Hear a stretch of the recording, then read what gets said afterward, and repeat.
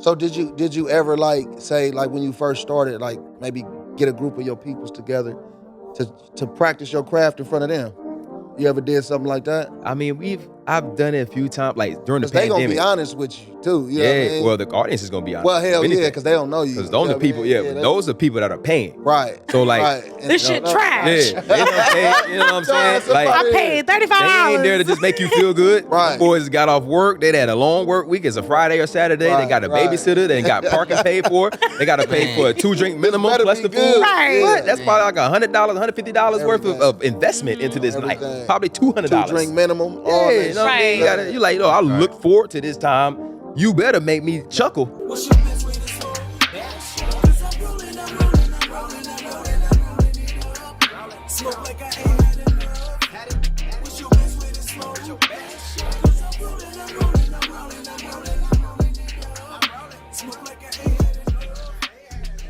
What's up with y'all? This is the Best Way to Smoke podcast, and you smoking with Big J.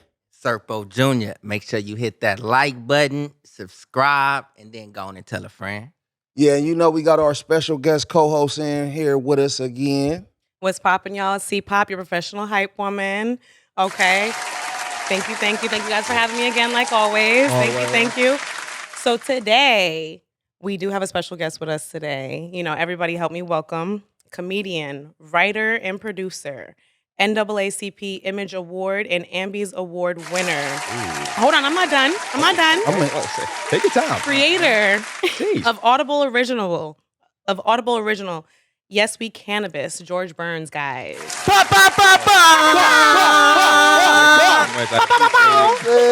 My dog Clyde. Hey, appreciate you for having me on here. I gotta problem. say that jacket very abstract. I love it. Very abstract. They've been getting on me about my jacket, y'all, but you know what? It's giving seizure coming on. But, you know, either way, You know what? Now that you say I that, appreciate it. No. I gotta give a shout out to that intro too. Like I was in here, I was like, I didn't know if I was on Rap Radar or whatever. I was just like, that was hard. That was a hard Like my song. intro? You like my intro? You didn't make that intro. I made the intro. Listen, just like I made this jacket, okay? I believe you that asked part. For. He asked me how much it was before the cameras came on, okay? You know? We don't need to know that. I didn't negotiate it. That's why he's hating now. And look, y'all, before we dig all the way into the 32 show, we like to do the best way to smoke tip. So we're gonna ask you, what's your best way to smoke tip, George? Ooh, by yourself. By yourself. That is Nobody's fucking looking. terrific. Because I'm gonna tell you some things. Sometimes you guys don't know what you're gonna do. You don't know how you're gonna look. And you need to be in the safety of your own home sometimes so you don't look like a crazy person out there. Right. That is a Don't fact. ask me if it's personal experience. There is, but don't ask me.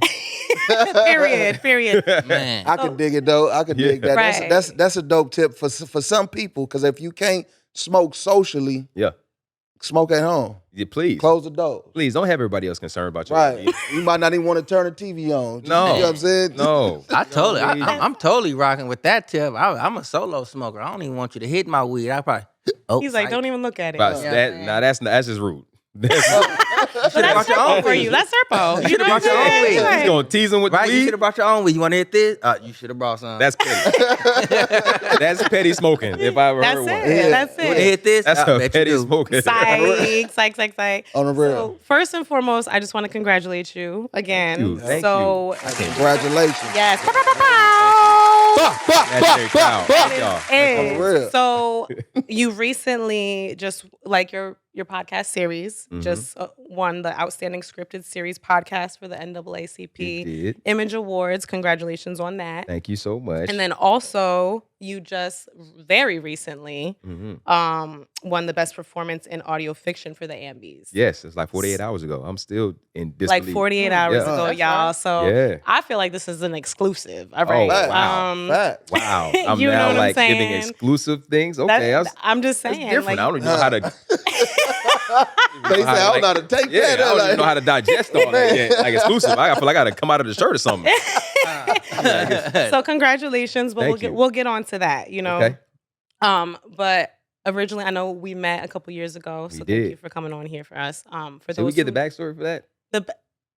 That's up to you. Yes. Okay. Okay. Yeah. Knock it in. Knock it in. Let's Yeah, hear the yeah. backstory. I met Clyde, man. Like, look, Clyde. Met Clyde through a Pandemic. friend. Met Clyde through a friend, Mhm. and she was giving she was making some edibles at that point in time. I was making Still edibles. does make edibles. I was And making so edibles. I would always be like, yo, Claude, hook me up with them coffee cake edibles. Like she made some dope like baked edibles all the time. And she's come a long way.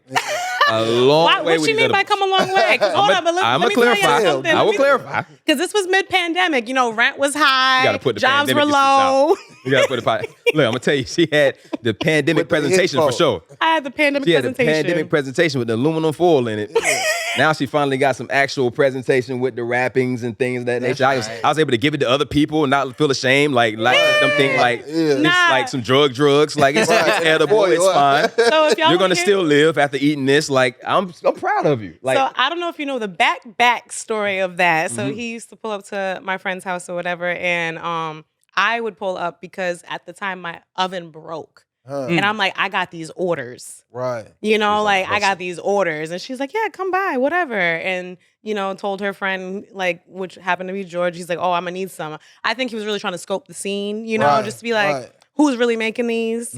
How's that kitchen looking? Is it right?" You know what I'm Right, saying? right. So he's like, He's "I'm gonna doing just go due ahead and diligence. sit here That's while you all. met Got right." to, though. You have your to. due diligence. So he would come bullshit, you know, just like sit there patiently as I would cook, and then I would just fresh out the pan, aluminum foil. Here you go. Yeah, hey, I gotta it's appreciate. fire. I Thanks. appreciate that oven / stove or whatever it may be, because if that wasn't ovening, we probably Facts. wouldn't even be right here with my guy Facts. right now. Yeah, it was And my just- yeah. homegirl Yep, don't that's smoke, real talk. drink, nothing. So she would just be, her house smelling like bud, and she Yeah. would just be like, It was an easy bake oven, yeah, guys. like, I'm messing. Shout out to that friend too, though. that shout out to her, Yeah, for absolutely, real. absolutely. Listen, Oh, we no. All made comes some money full circle together, we here. lost some money together. Absolutely. So, And when full she said circle. to come and do the podcast, I was like, absolutely. Got to come on and show up for friends. Came in like 2 hours of traffic to come here. That's right. Almost fell asleep on the road for y'all. And then Absolutely. fast forward, there's a party going on, and I would always hit up George like, "Hey, like I will sponsor some goodies for you, Yes. like Right. just like Yes. you know, just to show him my progress, because he went Right. from the trap days, the pandemic days, Yeah. Yes. so like, okay, now we got the full on, you know, like the visuals, the wrapping, the stickers, Yeah, the hey, basket. It was a hit. Like they were It was raving a about hit. this thing. You made me So look good. hit me up. It made me look good. Is that right? I'm gonna say that. Is that It right? made me look good. We still waiting. Nah, for they were this raving about it. coffee case. Yes. You know what I'm saying? Hey, fire. That's I'm right. gonna hook that up. I got The thank coffee you. cakes. Yeah. Full Coffee circle. cakes. And now here we are up to awards, podcasts, growing. Oh, You know, we got a it's little blessing. bit of money now. It's a blessing. We've come a long way. We made it Oh, through. man. So shout out to that. Shout Thank out you. to that. Shout out. Shout out. So now that we, you know, how I met you was the comedian George, Mm-hmm. right? So let's dig into that. Okay. So you came here and you're originally from Tallahassee, Florida. You Shout like, I out to twisted that out. I twisted that out. Florida. Shout See what out I to did there? Florida. You were Yeah. kind of mad at me just then. You I almost like know? it jumped just now. No, it worked. It sounded cool, man. You got to pass though, because It you're a was Laker amazing, fan. man. You gotta amazing. He didn't smirk not one time. He was just like, that shit ain't funny. So is that where your Originally from. comedy? Yeah, that's where you're originally from. Is that where your comedy started? How did it start? No, What? so Mhm. I started out here in LA. Okay. So I grew up in Tallahassee, Florida, and both of my parents are from Miami. So Turn. yeah, turn. You know, I just happened to be conceived, luckily, in Tallahassee, Florida. It's the house of T-Pain, for those that don't know. Right. You know, definitely Ridge Road. Shout out. I grew up in the trailer park in Tallahassee, right. Florida. That's Yeah. right. And, you know, comedy was not in my foresight at all. But somebody would have told me when I was 18, hey, you're going to be doing comedy and doing shows and writing these things when you know, get older in LA. I would have been like, bro, you on all the crack. Because there ain't no Right. way I would have Wasn't believed saying it. it then. No, absolutely not. So I went to school for pharmacy, graduated from there at Florida A&M University. Shout out to the college of the highest hills in Florida, That's right. Shout out. HBCUs. Hey. Went there, graduated 2012.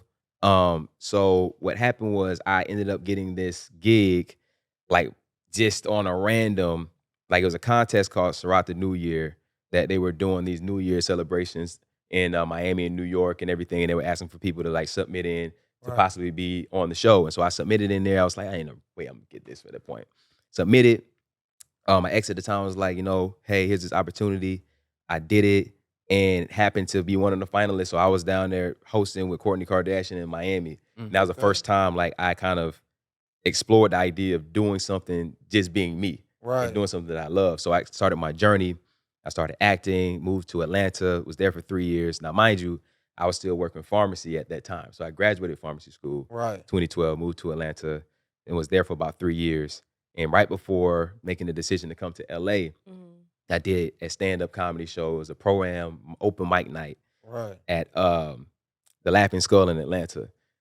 Did that show, and luckily it went well. And that started my comedy journey. Then came out to LA and started there. I've been out here 9 years now. And so yeah, it's been a journey, but I've been blessed with a lot of favors and a lot of learning opportunities and people, taking to just my work ethic and just being not an asshole. I think that'll take you a long way. I don't know if we can say that on this podcast. You can say whatever the fuck you want. Man, get it how you live, man. You clarified that. You clarified that. You say whatever the fuck you want. Right. Cool. So have you frequented a lot of comedy clubs out here in LA? Oh yeah, all the time. Like, one of my favorite comedy clubs is Flappers Comedy Club. That was like my first one that I performed out here in Burbank, and they really took a liking, took me under their wing and allowed me to develop over there. The Ha Comedy Store Times, Westside Comedy Theater, Comedy Magic Club, and that's also a stand-up comedy club in Bellflower. Yeah. So it's a bunch of clubs that's out here, that you can get frequent and everything. So I mean, there's no lack of comedy talent in LA by any means. No, that's right. You're right about that. Throughout those little different clubs, real quick, like which one, like when you walked off the stage, was like, I did that. Like which one of those crowds did that for you? Man, you know what, bro? Like I can say honestly, like every club I've walked off the stage at some point and just like, yo, I did that, And there are gonna be some shows, especially when you're first starting out, first 1 year, 2 year, where you just like, you get that bomb and you rethinking your whole life. Am I still gonna do this? Yo, I remember one bomb, bro. Like this is like I first started out. And I remember I had to follow like this dude playing saxophone. Why the hell would I trying to go after a dude playing saxophone, Kenny G style? I don't know why. But I went out there, I did my first 2 jokes. All I heard was a cough and somebody grandma saying, "It's okay, baby." I was like, "Hey, it's my time. Thank y'all so much." You remember the joke? Why should I? Right. He's like, we're going to scrap this. Do I remember the joke? Why? Right. No. Please forget it. You know what I'm saying? Please don't say it. Right. Why would you remember that? You want me to relive a traumatic experience? It's just like, you remember that time you got your ass beat? Oh, man. Like, Can you go back to that moment again, please? What you said when you got your ass beat? But you know, key. You know what? Like I like how Cat Williams put it in his Shannon Sharp interview. He was just like, it's similar to like, say if you're playing basketball and you airball it and you hear the whole crowd like, oh, airball, like it sucks, like it sinks, but it's like you still got to get back on D. Got to get back on the horse. You still got to get back on D. Yeah, man. Shout out to the GOAT. And here you are now. So yeah, it's perseverance. It's resilience, and you're gonna have the ups and downs. Comedy can teach you a lot about just life. That's Every show is gonna be different. You can go out and kill a show, do the same set, go to another show, and it'd be a completely different response, depending on right. So it's like you can ride that wave. It's kind of I really liken it to sports too, because you can have a great game, drop 40, but you got another one tomorrow night, and you can't really live off of that moment too long because you got to prepare for that next gig or that next team and lock in. So it's been a fun one, and it's one that I feel like it's a journey in which I don't see myself stopping. This. The beauty of comedy is you can do it until you're old. Like I can be up there as you want to, with shaking and everything, still up there trying to get a joke off. I see myself doing that. That is true. What's the best piece of advice that you've got from like a veteran comedian, about the career? Yes, I think this is the best piece of advice and most frustrating piece of advice that you can give and receive is keep getting on stage. It's the best advice because the stage is the best teacher. Right. However, it's the most frustrating because you want some type of action plan. You want something to say, do this, do that. Right. It's as simple as keep getting on stage, keep writing, and keep striving and keep pushing yourself at that point. Right. I know stage, you can't skip any steps in comedy. And you can compare that to sports though, because it's like you have a bad game, you got to keep going. You go practice, you know what I'm saying? You do what you got to do to get better. Absolutely. You have to. And it's reps. Yep. That's Getting it. on stage is a rep. You do hundreds of shows, thousands of shows, and you'll never truly probably master it, but you just continue to strive for the perfection. Right? You strive for it, knowing that you'll never be perfect, but you try to get it as close as possible. That's why you got some people, the masters of the game, like the Cat Williams and the Dave Chappelles and the Chris Rocks. They put time into this. Time, and you can't just wake up 3 years in and be great. That's a fact. That's just not. It's not possible. Work. That's Yeah, true. you Not gotta possible. work. Impossible. That is true. That is true. And you said you came to LA about 9 years ago, right? 2015, Okay, and that was when you were coming straight from Georgia. Atlanta. Yep. Okay, so how old would you say were you when you first did your first stand up? I would say 26, 27 Oh, a at baby that time. still. So is that a Well, baby? Yeah, if you think Yeah, that's kind of think about it mentally. in the life. Yeah, in the grand scheme of life. Yes. In the grand scheme of life, you know, And I think I started at the right time because at that point I had at least some perspective and like a point of view. yeah, Because sometimes people are like, man, I wish I was starting on 16. What you got to talk about? That's That's puppy a love. fact. What's geometry? Like, what are you right. like at that point in time, like I, was in a long-term relationship, was about to get married, or probably was first year in my marriage at that point. And I had things to talk about. And I think throughout my life when things happen, when I got divorced, like that was something I could talk about at that point in time. So the more life that you have and life experience, you really pull from that to put in your comedy. Right. So I'm kind of grateful that I did start a little later on instead of like early. So I had a way to at least ground myself as an adult and pay bills. Yeah. Have some Gotta do that, responsibilities, yeah. file your taxes. Right. You know what I'm saying? For sure. And really live Big some boy life. shit. You know what I mean? Grown, boring folk stuff. You just Yeah. like you got to put gas in your car every 3 days type stuff. So Right. yeah. So did you ever say when you first started, maybe get a group of your peoples together to practice your craft in front of them? You ever did something like that? I mean, I've done it a few times, like during the Because they gonna pandemic. be honest with you too. You know what I mean? Well, the audience is gonna be honest. Well, hell if yeah, anything. because they don't know you. Because you know those are what I people, mean? but those are people that are paying. Right. So like, right. And This shit trash. yeah, they don't pay, you know what I'm saying? Somebody- Like, I paid $35. they ain't there to just make you feel good. Right. Them boys got off work. They had a long work week. It's a Friday or Saturday. They Right, got a right. babysitter. They ain't got parking paid for. They got to pay for a 2-drink minimum better plus be the good. food. Right. What? That's probably like $100, $150 worth Everything. of investment into this night. Everything. Probably $200. 2-drink minimum. all Yeah, that you know what I mean? Right. You gotta, you like, I look forward to this time. You better make me chuckle. On the real. Something. On the So real. tell me this, like as a stand-up comedian, you know what I'm saying? Do you have to develop some type of art of like reading people, reading your crowd? Oh, so absolutely. You can know like what jokes to throw at them. Absolutely, because no crowd is going to be the same, right? So sometimes you have hecklers. Sometimes you have, an audience that's filled with a certain demographic. Like, there'll be some corporate gigs sometimes where like the audience may be all lawyers or they may be all doctors, and everyone has their different sensitivities, right? Everybody has things in which they may relate to a little bit different. I'm not going to go to an audience that's 65 and up and go talk to them about TikTok and Instagram. You'd be like, man, y'all ever get a DM? And you know what I Right. mean? It'd be left on red. They'd be like, I don't know what the hell he's talking about up there. What is a gonna go ahead and DM? leave. Is that dear mama? What is he talking about? How you handle the heckler? You know what I'm saying? You up there, you doing your shit. Oh, that was some old corny. That was some bullshit. How you get that motherfucker? I don't typically get hecklers because I don't have a problem with going in the audience. Well, not jumping in the audience physically and everything for those who watch it. But I don't have a problem with like going back and forth. Like that's just what we did back in Florida. Like as far as roasting, cook you up. Like I'll flame you up real quick. It's Pop no it and problem. shit. Right. Absolutely. Right. But I've seen a lot of times where hecklers are dealt with in not much of the best way in that Yeah, sense. yeah, Like yeah. it's a delicate balance. Besides the point when that shit happens. It's a delicate balance because you don't want to just go straight off and attacking them off of the first outburst, Yeah. right? Because a lot of times hecklers think they're just adding to the show. They're not really there to, Be disrespectful. disrespect you. They just think that they're adding and they want wanna to be funny, Yeah, too. some people want to be the main Yeah. character. Right. Yeah. Yeah. And it ain't about you. So sometimes you gotta know how to shut it down without it getting too crazy. You can't That's be like, right. motherfucker, I just told your ass. Like you Yeah. can't do that because you'll lose the crowd. They'll be like, Yeah. damn, I didn't know he was just, a nice guy a second ago. Now he's about to Yeah. throw a brick out there. I like that too, though. You know what I'm saying? As far as the point as you saying, like, shit, I grew up bagging. Oh yeah. You know what I'm saying? Right. So if you Yeah. grow up like bagging Roasting. amongst your friends and stuff like that, I believe you can handle a heckler like real good. You know what I'm Yeah, saying? It's like yeah. you know your anger, this, that. I mean, you set up the most busted ass kicks you got on. Word. You know? Yeah. We can like- go there, you know what I'm saying? Like, boy, that tooth is looking real dead. Man. Can't revive that one, boy. That thing is on life support.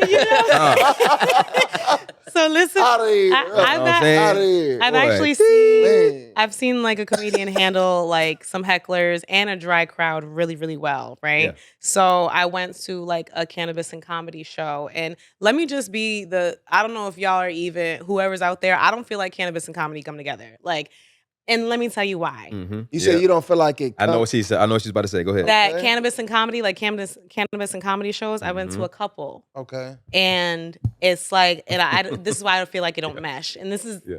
you know what I'm saying? If you're amongst your friends, you know, family, whatever, Right. just casually, it's different. Okay. When you're in a public setting and they're doing comedy and you got stand up and you're blazing, everyone gets into this chill mode, and it's kind of, you know, that when people are first getting high and it's that silence. But yeah, for however many few minutes it is, yeah. It's that silence, and they're It's- not getting that feed. And then comedians, like people in sports, whatever, they feed off that energy. Yeah. So when you're not giving that energy, it's like, okay, it kind of makes the next joke a little bit more dry than what it might have been, and then Right. so on and so It hit forth. different. Here's what it Yeah. is. When you have a stand-up performance, it's a song and dance, right? It's a cadence. I say a joke, you laugh. I say Mhm. another joke, punchline, set up, punchline, you laugh.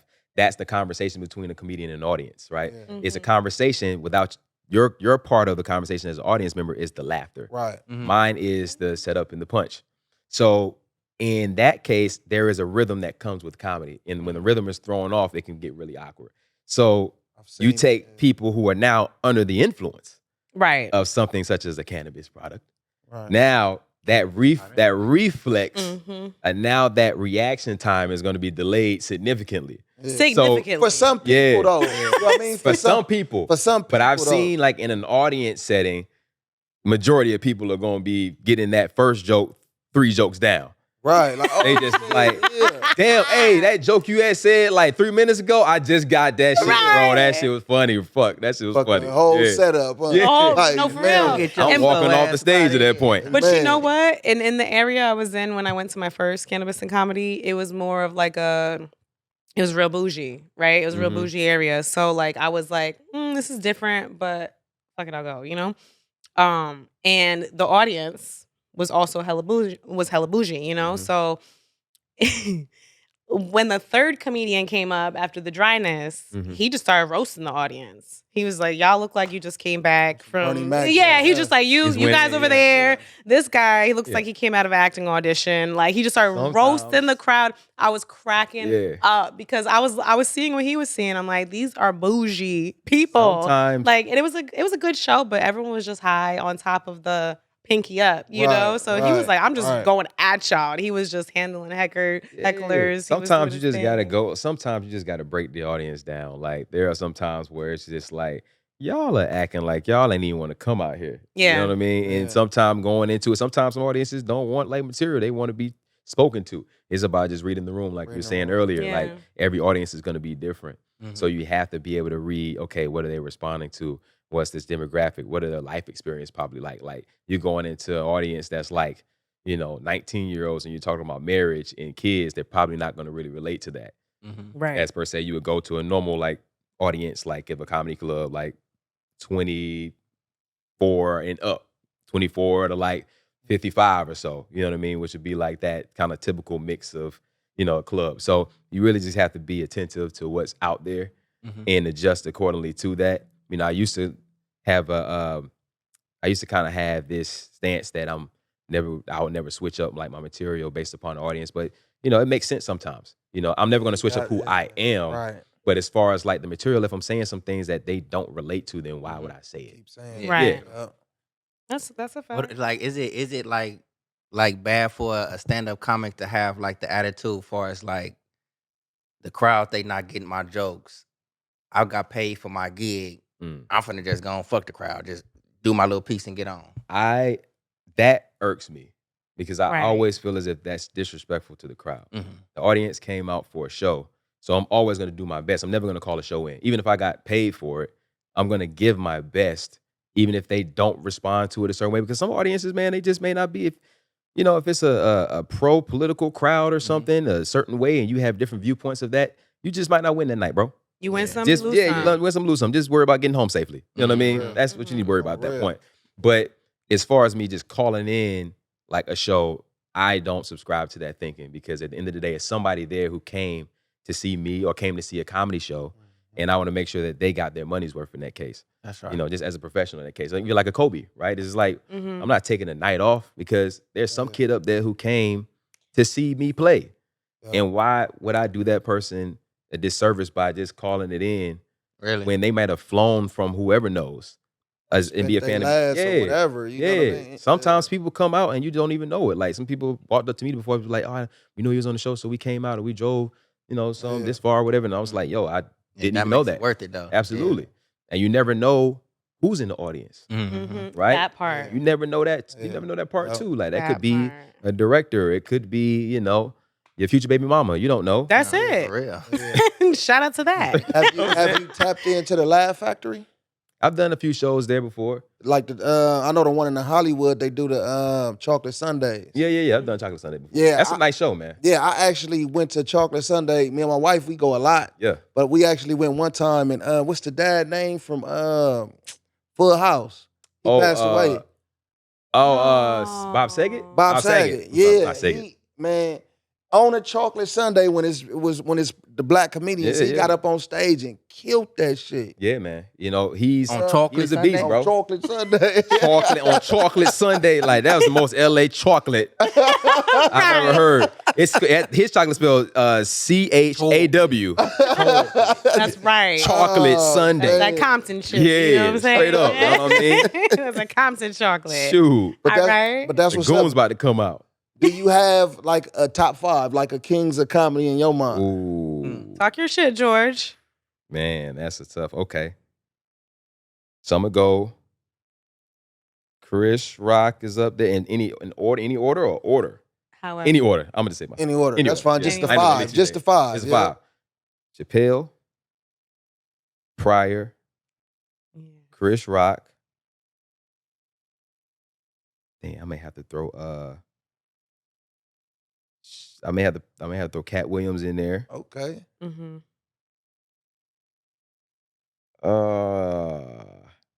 That last spot is so tough, man. That's kind of tough because there's a lot of funny motherfuckers. It's a Yeah. lot of funny Lot, guys, And man. any females? Because Bernie Mac. Because it's just I would Nope. put him No. in there. I'm about to say, do it for It's a Women's lot History of Month. female- Just it's a lot fake of- it for me. It's a lot of great female comedians. She said, Fake it for the women. Yeah. Fake it You for went me. against the grain there. Yeah. yeah. I'll say It's Women's Month, man. Bernie Mac.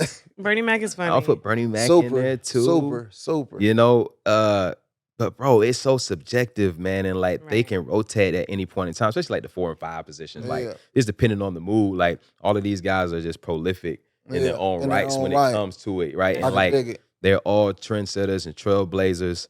But yeah, shout out to the women too. Like, it's a lot of like funny. I hate when people say that female comedians aren't funny. Like, Mm-hmm. they definitely are. It's just the fact. Yes, they are. It's the fact that there are just less of them, right? Like, Yeah. the same percentage of funny female comedians is the same percentage of male funny comedians. It's the fact that they're just more male comedians, Yeah. right? Just in general, a larger sample size. But I trust and assured there are a lot of unfunny male comedians too. Yeah, that's Look, true. You know, Look, to speak to that, you know what I'm saying? Because Why you it's like, looking at me? No. Why you want to smoke with me? He's not even speaking halfway of that, in you know what I'm yet. saying? When I'm talking about Okay, that okay. topic, Speaking of unfunny. because it tie in, you know what I'm saying, Okay. to the award winner. Uh, You know what I mean? Because it's like I put the Audible series, you know what I'm saying, up with like these shows to me.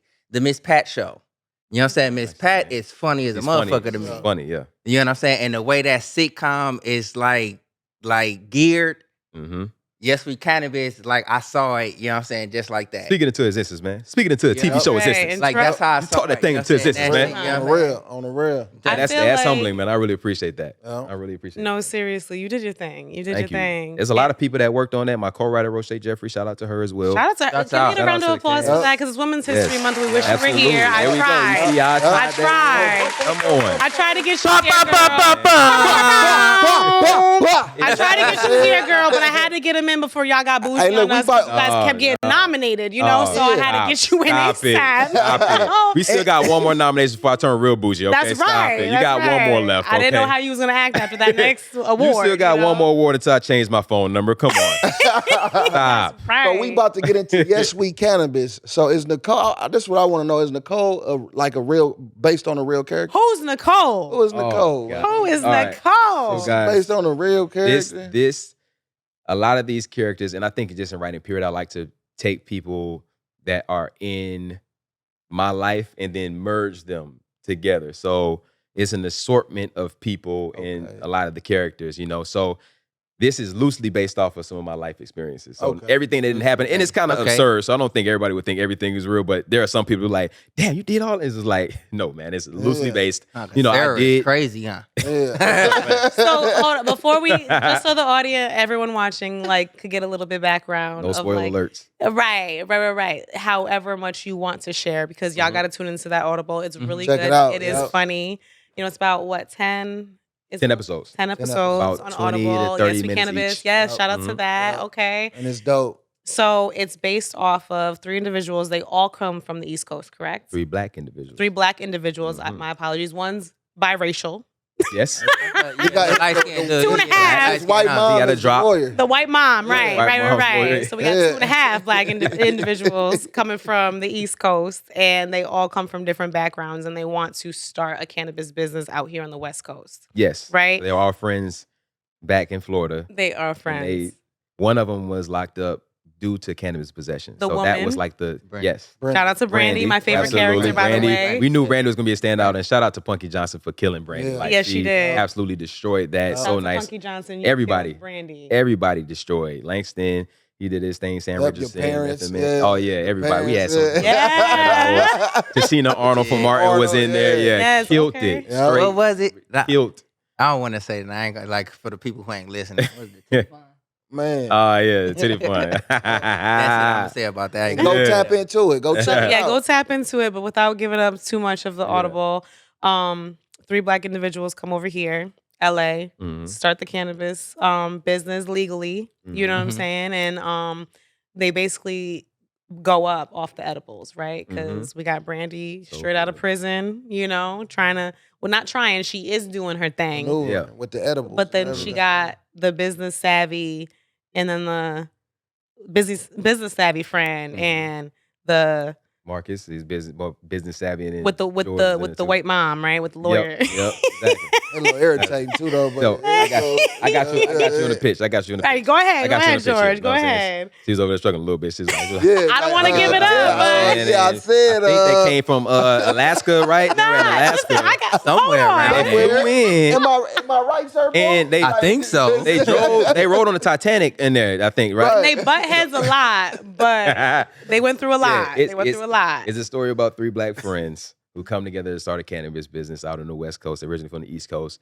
And within that, they had the ups and downs of just starting a business with your friends, which can be tumultuous. Like everybody wants different points. Yep. Everybody wants different views of where the business should go, and also dealing with like their family issues and dating in LA, which is we all know what hellhole that is. Right? Dating in LA. And also Lord. speaking on some of the disparities within cannabis laws as well. You know, there's blacks are 1.5 or almost 2 times more likely to be arrested for possession of cannabis versus white people. And we wanted that to be a big driving point as well. And also the underrepresentation of, you know, colored and, you know, people of color in that sense. be on that, Blacks, yep. What when was it comes the to that. statistic?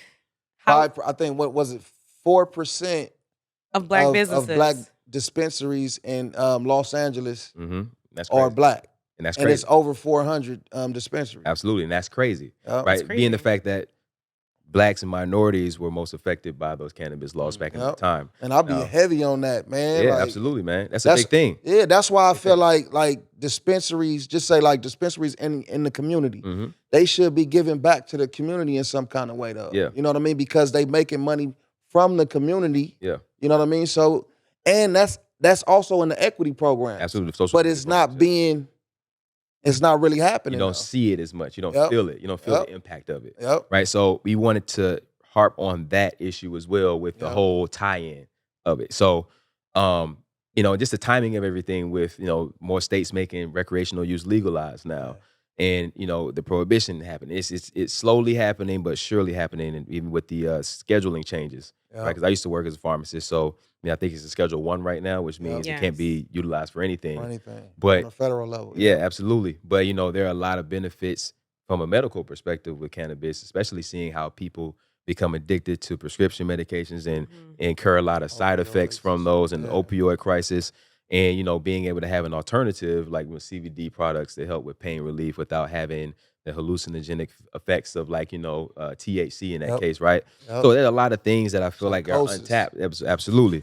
A lot of things that are going untapped in that alternative world that can really be utilized, and we're moving in that direction. So I feel like the timing of all of this really kind of brought things to light, and also shedding light on just the industry and business itself. So at one point in time, I did work in the cannabis industry. So after pharmacy, I actually worked for a cannabis company. It was a vape company called Dom Pen at the time. And, I was working in the corporate sales division in there. And that really kind of exposed me to just the industry in general. I didn't know they had, sales teams and people go out here and, actual companies. Being on the East Coast, I mean, that infrastructure isn't something that's really built out as much. It's starting to get there, but out here in the West Coast, I mean, you have full out businesses here making a lot of money. Right? So we wanted to expose people to just the industry in general of like what goes down on this coast, because like I said, there's people on the East Coast still locked up from having cannabis possession, a gram.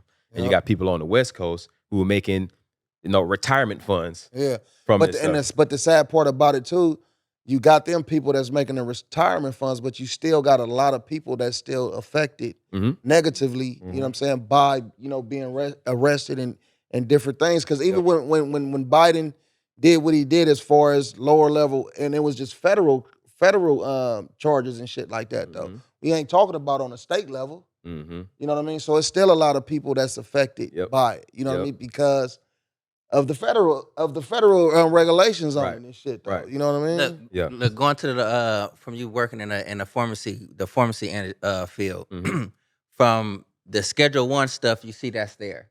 Yeah. You know what I'm saying? And they talking about rescheduling cannabis down to Schedule 3. Like Schedule 3, what don't they got like Tylenol 3s and like 3s. codeine and shit like that right there? That's not, so if it's Schedule 3, so I thought it was gonna be Schedule 2. So Schedule 2 is really regulated. That's like the oxycodones, hydrocodone, things of that nature, oxycontin. And so with those drugs, you have to keep a very strict and tight monitor on the flow, the income, and dispensing of those. So anytime you give one pill of any of those things, you got to mark that down, and it's gonna be regulated. Every day, every week, every month, you're going to have that record shown. So it's coming in with a Schedule 2 drug is a lot harder to acquire than a Schedule 3 drug. So like you said, the Tylenol 3 is there. And if it's if it's in the Schedule 3, then it'll be a lot more accessible than it would the 2 in that sense. Hey, look, I'm going to say something real quick. Fuck the reschedule. Deschedule. Ooh, we put down a shirt right there. Huh? Yeah. Like real shit. Because that reschedule is like my twisted way of thinking. I feel that shit is still like a setup. You know what I'm saying? Because even if you bring that shit down to a Schedule 3, which make it a little bit more accessible, as you may say, you know what I'm saying? But if you gain too much access, you know what I'm saying, you may get state or federal charges for that shit. Yeah, so Schedule 3 is still going to be monitored, right? Like, you're not going to get early refills on a Schedule 3. So like, say for instance, you get lisinopril, which is like a blood pressure medication. That's not scheduled at all. If you run out of medication and you come with another refill, they're not going to say, oh man, your insurance may stop you, but depending on like, they don't want to pay for an excessive amount, but typically they probably want to give you 90 days or something like that. But with a scheduled medication, you're not going to get an early refill on that. Say if you run out, it's going to be monitored because of the properties that they, which is basically a scheduled drug is going to be more of the addictive drugs, or the higher probability of you being addicted to that drug, right? So, like I said, I've seen how 2s operate versus 3s. 3 is a lot better than 2, but descheduling, of course, I mean, that's like recreational at that point. Yeah, really. Right? Yeah, I mean, like that's where it was a long time ago. Yeah, I'm kind of like, well, if it's recreational places, I mean, why even have it as scheduled? I suppose because you can go to a medicinal dispensary and get that if you got a medicinal license for that, So, I have It's my twisted, theories. yeah. I have my They theories just on feeding it. us some old bullshit. See, and I kind of think too, with it not being a big push to deschedule or reschedule or anything like that, I think it's because a lot of them are already making money. You know, because it's a great area to where money can be made right now. So they making money. So it's like, why push it right now? Because it's gonna change shit for us too. Yeah, that excise tax is crazy. Man, It feel like they keeping the cannabis industry as like little kids. You know, you got your little kid right there. They're gonna always need you. You know what I'm saying? Can I get this ice cream? Can I get this snack? Yeah. Oh, if you do this, you know, if you do that, you know what I'm saying? To keep leading the motherfucker on. Yeah. I tell you this, man. Like, once it gets federally legalized, I can already just predict the big tobacco companies, and they're going to talk about that all the time. Swipe up whoever is the most popular brands, you know, that's out there, like the cookies and those guys. They're going to go ahead and just pay off some billions, get that up, and start making money off of that. But I think it's going to be watered down, though. I think some of these major companies that's going to have a hand in it, it's going to kind of water the industry down, you know, and push a lot of these smaller businesses out. Oh, for sure. Absolutely. You won't be able to survive because it's going to be about who has the most money to finance it. Right? Like, if you're an independent brand that's barely making it by, and you don't have a strong stronghold on the industry and like a big footprint,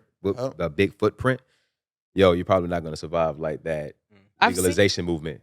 I've seen some of that already. Like, you know, because like, I know you working in the cannabis industry, legal cannabis industry, how like the hurdles, I'm sure you've seen the hurdles like that they go through. It's like, even though it's quote unquote legal, it's all these legal hurdles. Yeah, absolutely. You know, like it's like still so gray in a sense where they're like, now we changed our mind.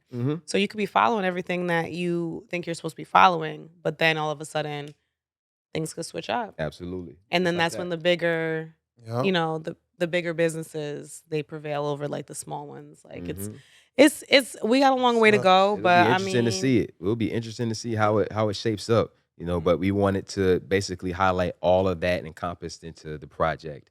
And I felt like we did a solid job of keeping it light and still bringing the comedy and the funny in it and talking about titty funds and all that stuff.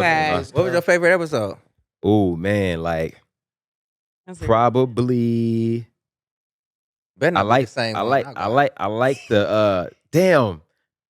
It's got to be between like the podcast episode with Method Man. With Method Man. That's Train Song. Yeah, that's mine. That's my favorite. You like that one? Yeah, that gotta funny. be the one with the Method Man. I like that. Dying like man. a motherfucker. I'm like, these motherfuckers is crazy. Yeah, man. I kind of like the one when they were like, I don't want to give too much away for it. It's like near the end when they went to the cult and all that stuff. I like that too a bit. You know what I mean? It was some wild, bro. It was some wild just stuff. Sometimes when we was writing, it was like, are we on crack doing this? Like, we were with just that being wilding. said, though, like really, with that being said, though, really get on over there to Audible. You know what I'm saying? Yes, We Cannabis. If you got Amazon Prime, I think you can try it out for free for 30 days. Yeah, you can. Amazon and they Prime. give you a couple points to start. I know y'all looking for a free hookup. Look, watch this. This is a whole nother hack. If you don't have neither, I'm pretty sure you can get a 7 to 14-day free trial if you may. Oh, that's right. Talk to them. But just check it out. Check it out. Please. So a number of things. I know you said you went to school for. You were a pharmacist for a little bit. The character in your series was a pharmacist. Some of it you incorporated with some live story. Where did the idea of Yes, We Cannabis come from? When were you like, I'm gonna write this?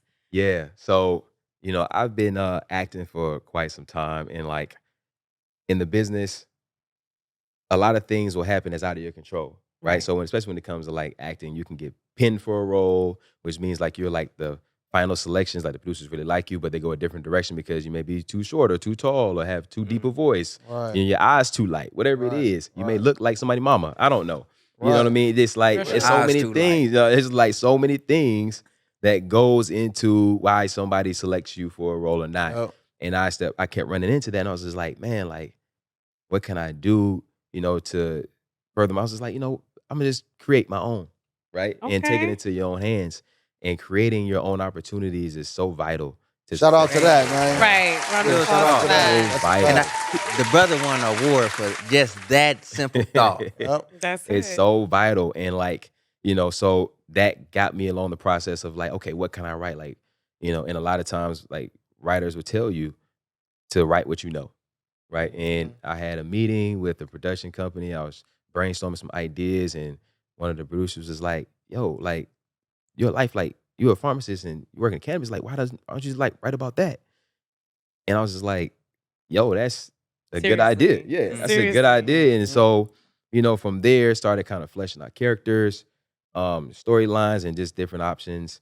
And sold it to my manager and my agent. They were like, oh, we like this. We think there's something there. Gave me some pointers on how to, fix some things up, and went back to them. We went out to a few production companies and networks and landed on Broadway Video. They were like, hey, we really like this. We think it'll fit for our deal with Audible. I didn't even know they had scripted narratives at that point, right? Like I didn't know anything about this because I pitched it as a TV show originally.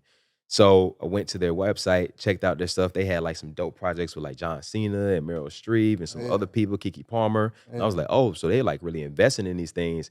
In the world, when you're listening to it, it's so immersive. Like it feels like you're seeing it. Yep. Because it's not like an audio book where it's just being read to you. It's like you have the sound effects, the birds, you have the streets, you have like the music in the background. Like you feel like you're there. Yeah. You feel like you're right there. And so it was so dope and creative. And I was just like, well, why not? Let's do it. Yep. And that started the journey. And that's how I met my co-creator and co-writer, Roche, through Broadway Video. We were going and trying to see some people that could pair me with, in this project. And I loved her perspective and her twist on it, because Brandy's character was originally a guy.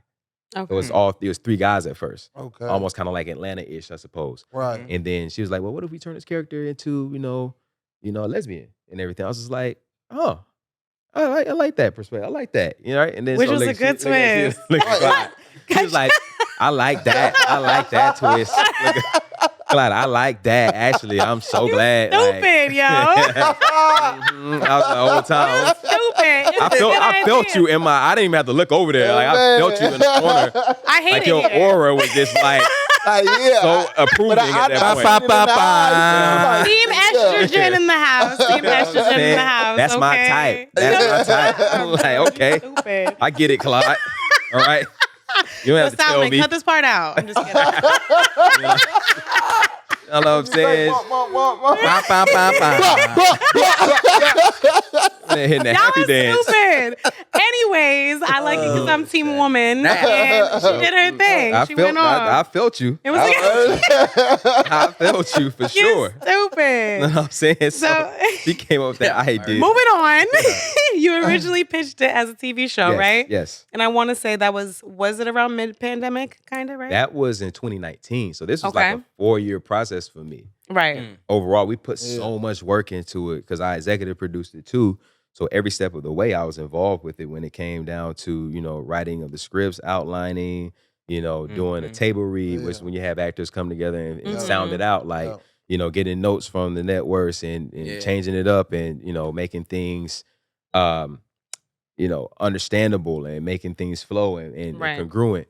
When it came down to, editing, casting, all of those things, picking out parts for people, like, and it was a dope experience to be able to give people their first opportunities from an audio perspective, right? Like that probably is like, out of everything, even like the awards and accolades, like that was the most rewarding thing to me, for me to be able to like give other people opportunities from just an idea. This whole thing sparked people's careers or, gave people a job to do. Right. So that was the most fulfilling part of it. But, even when it came to the marketing and like the colors and like the vision for like what we would want on there, it's kind of like a Mount Rushmore look that was up there and everything. And shout out to the marketing team at Audible too for I love how it's design. In like so did the paper. Method Man like audition too? Of course, he didn't audition. Nah. Right. We don't need you to read that. And look, Method Man came in for the read. He read it. He read this is Method Man auditioning for like Method Man. It's like, no. Right. No, you in. Yeah, Method Man auditioning for Method Man. Get your ass back to the reading room. It was such an amazing experience, like working with like all of the talent, because these are people in which I grew up looking at, like Tashina Arnold, from Martin, just looking at that growing up. And I'm like, yo, it's an honor just to have you on this project. Comedy. And for you to say that. I got excited when I heard her voice. Yeah, man. You recognize it. You know what I'm saying?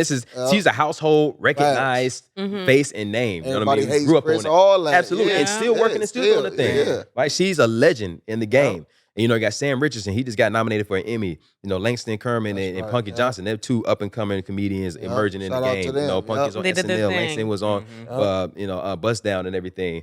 And Method Man, we all know Wu-Tang. I mean, I'm like, bro, we got Wu-Tang in here. Man. That's right. I'm like, yo, I'm just when he came in, we was like doing our recording. And I was like, I'm gonna let you know, I'm a little girl inside right now, but I'm a professional. So would you record like your voice is George? No, so that's Sam Richardson's voice. Okay. So I have some parts in there, and I play a few other different characters. But it sounded like I heard it though. You think so? Yeah. Which character do you think I was? I'm not. It's probably hard to tell. Yeah. I kind of switched it up on a few, but there's some acting in there too. I don't know. I ain't gonna say it. I'll probably ask later on. Okay. What I forgot what I was saying. What I did, and I know I He told was about to ask some freaky stuff just now. That's what it is. that was I'm the asking you only on thing. camera. I feel like all the voices, all the voices did their thing, right? Yeah. Shout out to all the talent. All the talent definitely did their thing. I know I told you in private, one thing I was hoping to hear, because when I heard it, the main character was George, coming from the East. Just everything sounded like so familiar. I was just like, one thing I would have liked is that if your voice was on the main character, because for me, you have a very entertaining voice, and you're just naturally funny when you talk. Thank you. That's the only time I'm gonna give you a compliment, because you know how we do. I know. But that was the only thing I was recorded it just now. You don't even know.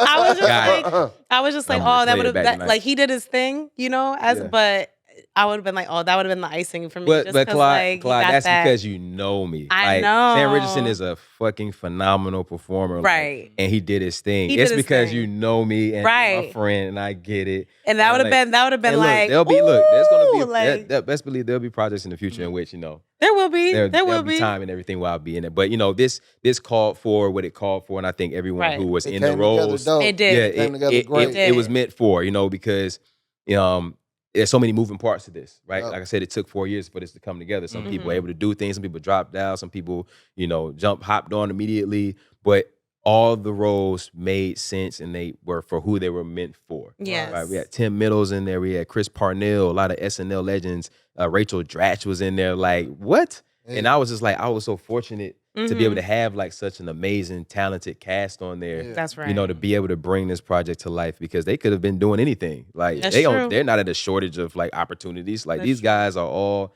industry veterans. That's right. Who are well recognized names doing this, right? Seen the vision. Mm-hmm. And really though, I really would like to see this as a sitcom, a TV show. Because it's like when I say that, listen though, when I say that, I don't know if y'all familiar with like daytime TV now, and they got the brothers.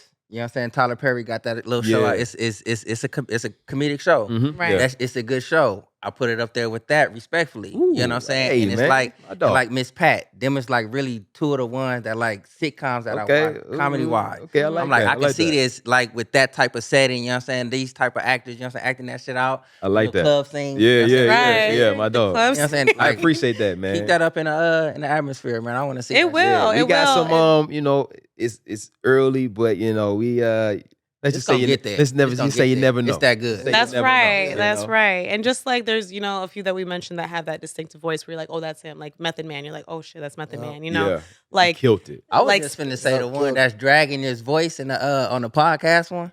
Who? The little lazy one in the background, but I think that's the, you know what I'm saying?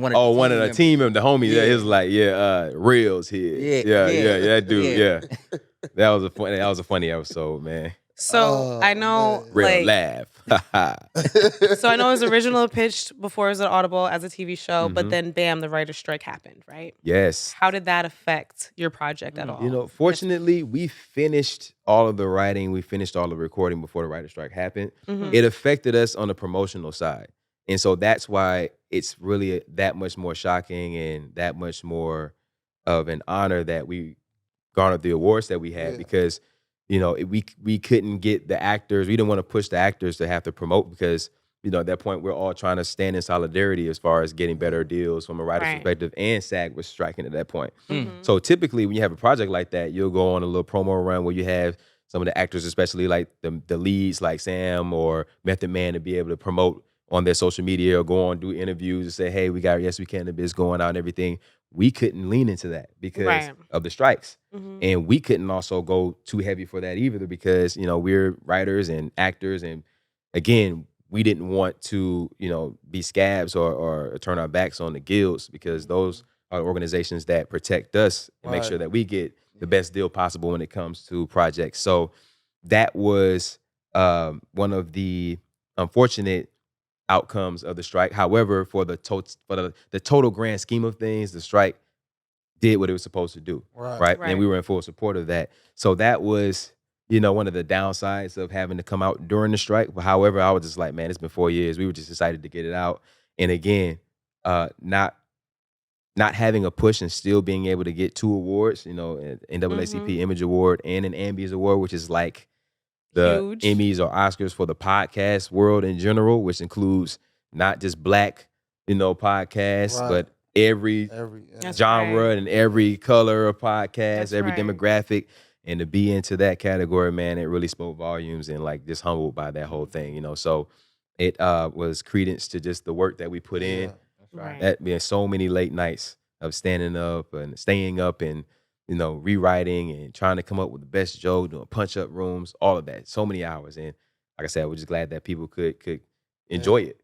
How did you feel when you got that call, when you found out you was nominated for the NAACP? It wasn't a call. It was like, we knew when the nominees were going to be announced on the website in that case.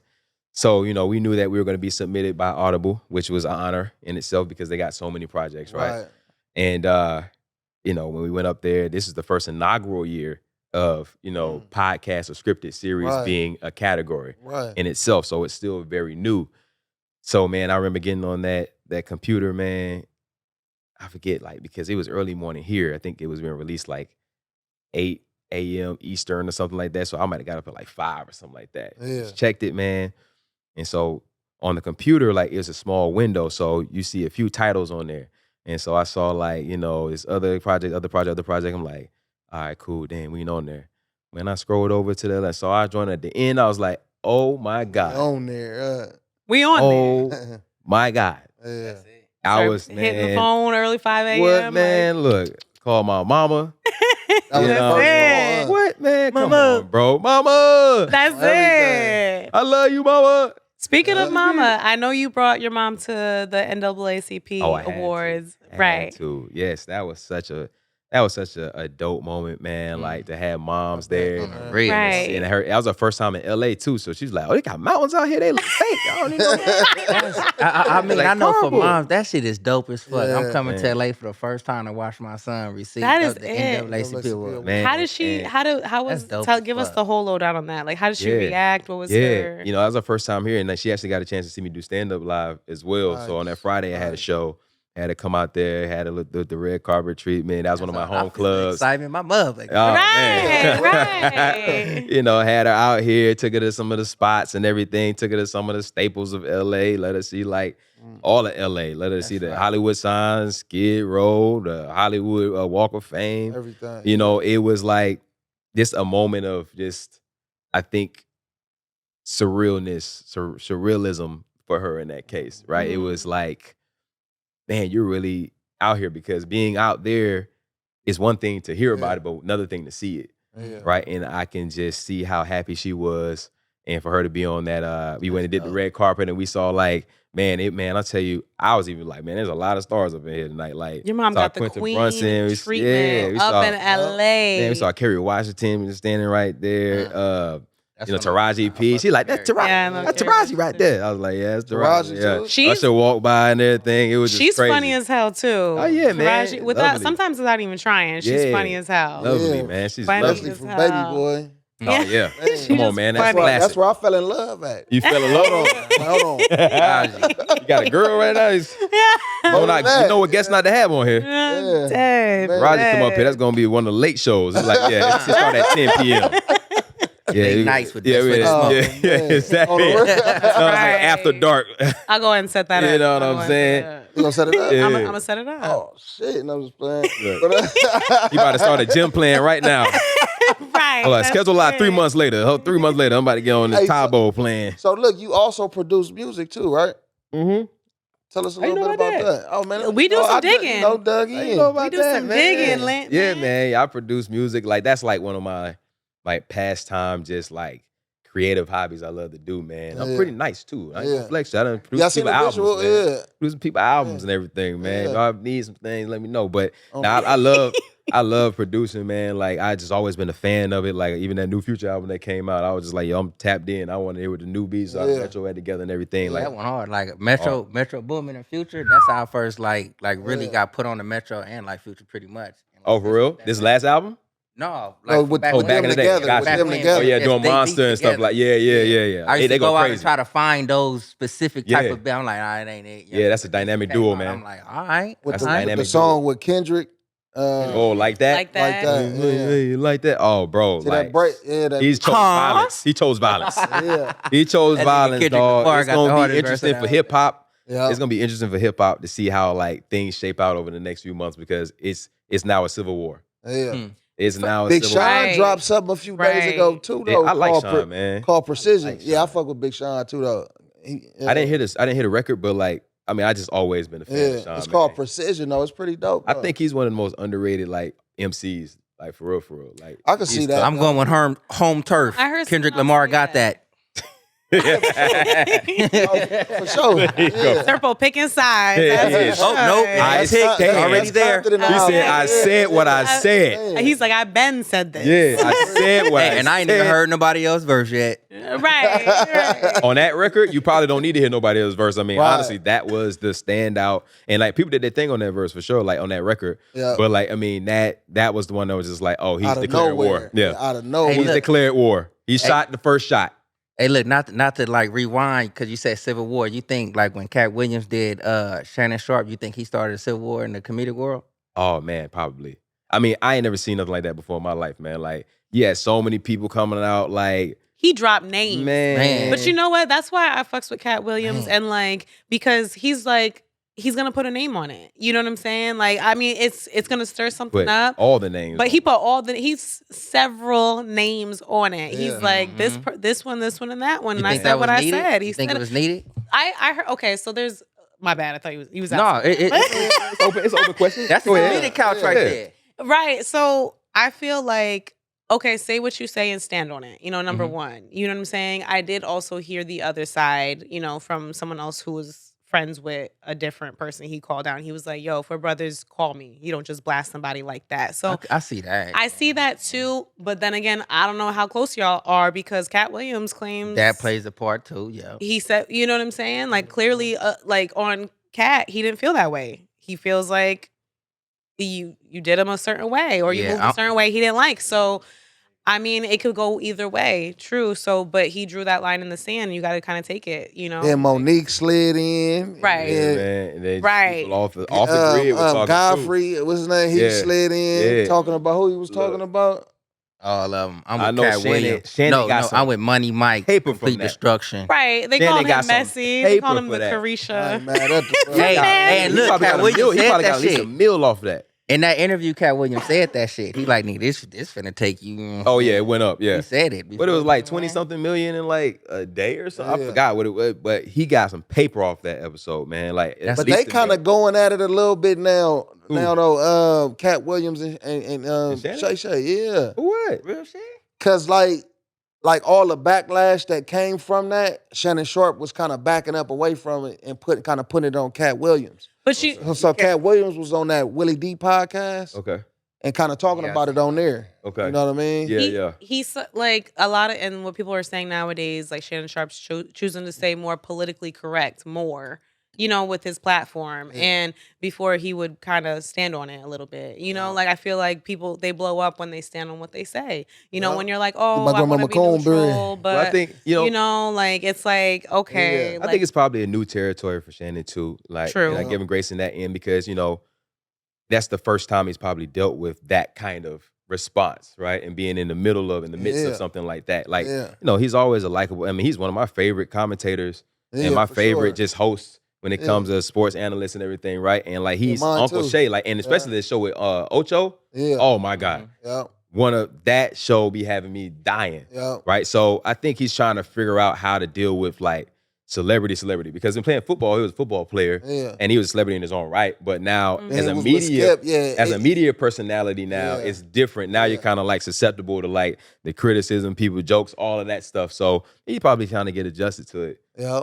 I would think they should. I don't think Sharp should take none of the backlash on that. I'm just asking questions, and that's a fact. That's true. They said he didn't know Wendy Williams. Just you know what I mean? Oh like, no, that's what some people were saying. That's unfair. That's unfair. That's what some people saying. That's not. Have you ever seen the Wendy Williams show before? Yeah. There's no way I used to see it when Charlamagne was on that motherfucker. Oh man, that's no comparison. Yeah. None. I feel that's unfair. I agree. But that's crazy. That's a some stretch. people was comparing him though. Yeah. That's a stretch. By bringing the mess, the drama. You know what I'm saying on the show. Well, I don't. That's think, not drama. I don't think like he's asking people questions, and honestly, in that interview, Shannon ain't really asking no questions. He be like, drink this here. I think Cat he didn't really ask no questions. Cat came on there with a mission. He don't even sip it though. He don't drink none. He just that's his show. Hey, you ain't got to what he said. That's that cognac. There you go, bro. That's right. Shannon, my dude though, ex-Bronco champion, all that. Yeah, I said, bro, that's the best team Broncos over there, man. Everything. I think he's done an amazing job in like just like growing his brand over the years. And like I said, man, he's just one of them unks, bro. Like you just want having a family. Always got a saying. Now you know my grandma always told me now. Facts. You across both of them roads now. Hey, skip. Yep. You know what I mean? Like he put your glasses on, like, Shannon. Hey, look, Shannon almost lost it there. Yeah. I was like, yo. But like he's like, man, he's dope, cool. man. He's one of my favorite commentators right now. That's absolutely. Great. Yeah. I got one more question for you pertaining to Yes We Cannabis. Oh yeah. Okay. When you were first creating it, what was your vision for it versus what it is now? Man, I could tell you one thing, like creating it, we didn't have any intention on winning awards by any means. And I always say, like, you know, the accolades are great and everything, but what will always drive me is just what I feel like I'm passionate about, right? And that's the number one thing. It's about putting out things that you truly believe in, because there's going to be some times where you don't get nominated for things, you know? And now I don't think you should always chase the awards, because then it's inauthentic. That's right. Like you're not really, you're not, exactly. You're not really doing it for the craft. You're doing it for the adoration. Right. And chasing that, I feel like is dangerous. Yeah. Because you'll never get enough of it. Absolutely. Like chasing a high. Yeah, exactly. So finding the fulfillment and just doing the work that you truly believe in, I feel like is the number one thing. And the vision that we had for it, man, we just wanted to put out something that was a unique story that involved Black characters. And when we pitched it to Audible, you know, that was one of the things they asked us about, like, okay, if we were to take on your project, what is something your project's going to give the platform that it doesn't already have? And I was like, the culture. Black culture. Right. And y'all have a lot of projects, but, you know, people want to be able to resonate with something that they see themselves in. And we wanted to really make this authentic. Like when it came to the dialect and the dialogue, like we wanted to show like all of these characters have different perspectives and aren't just one similar Black person. Like it's not a monolith. Like, you know, even with Marcus, he came from a mixed household. Yeah. His experience is going to be different from somebody like George with two parents, right? Who grew up in a trailer park. Brandy's experience is going to be different, having religious parents and a pastor as a father, and also being gay, right? So all of these experiences reflect the Black diaspora, right? But we didn't want it to be something where, you know, it's the typical like hood thing, this, whatever, even though that is something that is real, but we wanted to offer a different perspective. Absolutely, man. And actually have that be of the culture, like the music, even like the way they spoke to each other, references, all of that. We wanted it to be real. And yes, absolutely. I think that's feel that listening to that shit. You do. You feel that listening to it. Yep. When we wrote it, we didn't want it to be fake or, you know, have people saying some wild, just you're like, who a Black person say that? You know what I mean? Right. Or do that. You know what I mean? Yeah. You see sometimes you be like, why would they go down these steps and it's pitch black dark down there? They ain't got no strap on them. You know what I'm saying? Like that ain't happening. And what scary movie does that happen when the Black folks doing it? So it's just like, you're just looking at these things, and we wanted to bring something that was authentic, that represented us on there. Right. And I think y'all did that. Thank you, man. We definitely think y'all did that. That's my first Audible like TV show I listened to. Thank you, man. Comedy. And I'm glad we were able to bring you to it. Up on that shit. Yeah. No problem. No And problem. now you'll be able to go and look at other ones now, right? Like we wanted to be able. It opened the door for that. The door. I really didn't know that part of Audible existed. Yeah. You know what I'm saying? I didn't know I can listen to a podcast. That's amazing, and man. Possibly close my eyes and actually see these. Visualize it. Yeah. Yeah. You know what I'm saying? That's amazing. And it's an easy listen. Like you just driving or doing something. Like you don't really have to be just sitting down locked in. Right. You can still enjoy it. You know. So I'm glad that it gave you a great experience going into that world and be able to see other, because there's a lot of other dope projects out there. You know. And that was the whole goal around this, is to expose people to this genre and this medium. Yep. And you know, give them something that they can laugh at when we're in times where we can all use a laugh, man. Man, facts. That's So right. tell everybody where they can find Yes We Cannabis at, and where they Absolutely. can get in contact with you at. Yes. We Cannabis is available now. What camera I'm looking at right here? Is that Straight ahead. Straight ahead. Yep. Yes We Cannabis available now exclusively on Audible. All 10 episodes out, featuring Method Man, Sam Richardson, Punkie Johnson, and Langston Kerman. Super funny, easy listen, and you can reach me on Instagram at George K. Burns. Again, that is at George K. Burns. No spaces or anything like that. Very simple. And look, thank y'all for tapping in with us at the Best Way to Smoke podcast. We appreciate y'all. I'm Big J. Surpo Jr. And C Pop. Yep. And we want to say thank you again, George. Appreciate My brother, you. thank you, man. Yep. Pleasure's mine. Yes, sir. Peace. Best way. Baby.